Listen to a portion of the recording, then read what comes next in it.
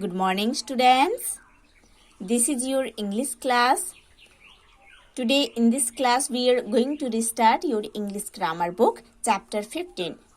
Students, previously we have already studied part 1 to part 3 of chapter 15 in your English grammar book about the topic direct and indirect speech. Today in this class we are going to study part 4 of chapter 15 in your English grammar book. So students, let's open page number 85 in your English grammar book. Now see, there is type 3 interrogative sentences. WH questions. So interrogative sentences का जो direct and indirect speech है उसके बारे में हम इस class में पढ़ेंगे. पहले हम पढ़ेंगे WH क्वेश्चंस के डायरेक्ट एंड इनडायरेक्ट के बारे में. A WH question is changed into a simple statement in the reported speech. एक WH क्वेश्चन एक सिंपल स्टेटमेंट में चेंज हो जाता है रिपोर्टेड स्पीच में या इनडायरेक्ट स्पीच में. अगेन आई एम टेलिंग, एक WH क्वेश्चन एक सिंपल स्टेटमेंट में चेंज हो जाता है इनडायरेक्ट स्पीच में या रिपोर्टेड स्पीच में. The verb is placed after the subject. Subject के बाद वर्ब यूज होता है. The WH word who, what, how, when, where, why, which, etc. serves as a linking word.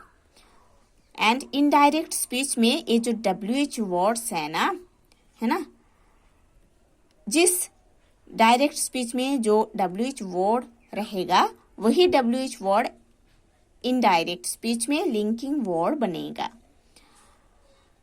The verb said is changed into asked. जो reporting verb रहता है said वो asked में change हो जाएगा इनडायरेक्ट स्पीच में. We never say asked to. हम कभी asked to यूज नहीं करेंगे इनडायरेक्ट स्पीच में. For example, see number 1. The teacher said to Amit, which book did you buy? Teacher Amit को बोले थे, आप कौन सी बुक खरीदे थे, है ना. ये एक डायरेक्ट स्पीच है, इसको इनडायरेक्ट स्पीच या रिपोर्टेड स्पीच बनाना है. कैसे बनाओगे देखो. The teacher asked Amit which book he had bot. देखो डायरेक्ट स्पीच में सेड यूज हुआ था सब्जेक्ट द टीचर के बाद, है ना. इधर लिखा है the verb is placed after the subject, है ना. सब्जेक्ट के बाद वर्ब को प्लेस किया जाता है, यूज किया जाता है. जैसे डायरेक्ट में भी ऐसे हुआ है, इनडायरेक्ट में भी ऐसे होगा. तो सब्जेक्ट द टीचर के बाद वर्ब यूज हुआ है आस्क्ड, है ना. ठीक है. और देखो the verb said is changed into asked, है ना. डायरेक्ट स्पीच में जो वर्ब सेड रहता है वो इनडायरेक्ट स्पीच में आस्क्ड बन जाता है. हम पढ़े हैं already. Amit then which book he had bought. इधर लिखा है ना the WH word serves as a linking word, है ना. इधर WH word which serves as a linking word. ये WH वर्ड व्हिच लिंकर का काम कर रहा है ना. ये दोनों को साथ में लिंकिंग कर रहे हैं कौन, WH word which. Book he had bot, है ना. और देखो इधर ये एक क्वेश्चन था, है ना. डायरेक्ट स्पीच में ये क्वेश्चन था, which book did you buy. ये एक क्वेश्चन था. इनडायरेक्ट में ये क्या बना है, ये एक सिंपल स्टेटमेंट बना है, which book he had bought. Okay. Next number 2. The gardener said to Rosie, why did you pluck the flowers. Gardener Rosie को बोले थे, आप क्यों फ्लावर्स को प्लक किए थे। देखो ये एक डायरेक्ट स्पीच है। इसको जब इनडायरेक्ट में हम लिखेंगे तब ऐसे लिखेंगे, द गार्डनर आस्क्ड रोजी why she had plucked the flowers. ठीक है, द गार्डनर सब्जेक्ट है, उसके बाद वर्ब आस्क्ड पुट किया गया है। डायरेक्ट स्पीच में वर्ब सेड, इनडायरेक्ट स्पीच में आस्क्ड में बन जाता है। वर्ब सेड डायरेक्ट स्पीच में है, इनडायरेक्ट स्पीच में वो चेंज हो गया है आस्क्ड में। द गार्डनर सब्जेक्ट है, उसके बाद वर्ब आस्क्ड यूज हुआ है। रोजी है ऑब्जेक्ट। देन ये जो WH वर्ड है ना डायरेक्ट स्पीच में वाई, वो इनडायरेक्ट स्पीच में वाई WH वर्ड लिंकर बना है, जो कि दोनों को साथ में लिंकिंग करते हैं। ठीक है, She had plucked the flowers। देखो डायरेक्ट स्पीच में एक क्वेश्चन है, Why did you pluck the flowers? Question mark के क्वेश्चन है, जो कि इनडायरेक्ट स्पीच में एक सिंपल स्टेटमेंट में चेंज हो गया है। Why she had plucked the flowers।